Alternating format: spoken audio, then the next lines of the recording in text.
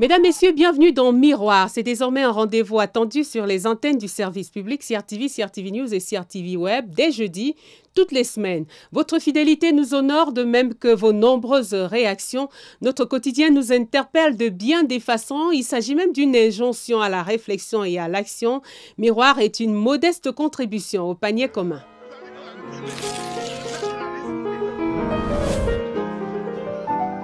La saison des examens est en cours avec notamment les dernières épreuves du probatoire de l'enseignement général. Près de 443 000 candidats étaient enregistrés à l'Office du baccalauréat du Cameroun pour la session 2023. Pour la plupart, la longue attente des résultats a commencé avec son lot d'angoisse, de questionnements, d'insomnie, même pour les bons élèves. Difficile d'afficher une trop grande assurance. L'examen final est peut-être d'abord une épreuve de nerfs. Au sortir de ce couloir, les candidats s'en remettent très souvent au stylo rouge de l'évaluateur et à la providence. Dans son face-à-face avec l'épreuve, le candidat peut également tout de même jauger ses chances s'il s'est bien préparé. Notre reporter Diana Yango a laissé balader sa caméra autour d'un centre d'examen. Reportage. Déjà près d'un mois qu'ils déferlent par milliers dans leurs différents centres de composition. Les candidats aux différents examens officiels doivent restituer de leur plus belle encre les enseignements reçus.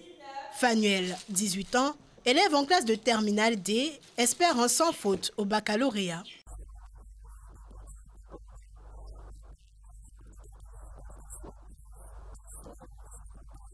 Une fois la copie livrée, elle est soumise à l'appréciation du correcteur. Le système d'évaluation est basé sur l'approche par compétences. De la conception à la correction, l'objectif est d'impliquer pleinement l'apprenant dans sa formation. Du haut de ses 25 ans d'expérience, stylo à l'encre rouge au bout des doigts, Luc Mbala biffe ce qui a lieu d'être corrigé. Dans le cas, par exemple, des sciences humaines et surtout de l'histoire, géographie et SCM, on parle de correction critériée. Et la correction critériée, nous appuyons sur trois choses: la pertinence, la correction et la cohérence. L'approche par compétences est en vigueur depuis 2018 aux épreuves certificatives et est expérimentée depuis 2012 dans les salles de classe. La question centrale est posée. Sur quel ressort repose le système d'évaluation en vigueur au Cameroun? Car les éléments d'appréciation de la performance sont loin d'être aléatoires.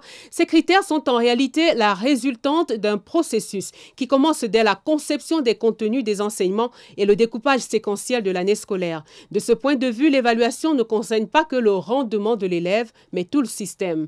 Le Cameroun est en transition vers ce que les experts nomment l'approche par compétence. Ici, le but recherché est de développer et conforter les acquis et les aptitudes différentielles chez chaque enfant.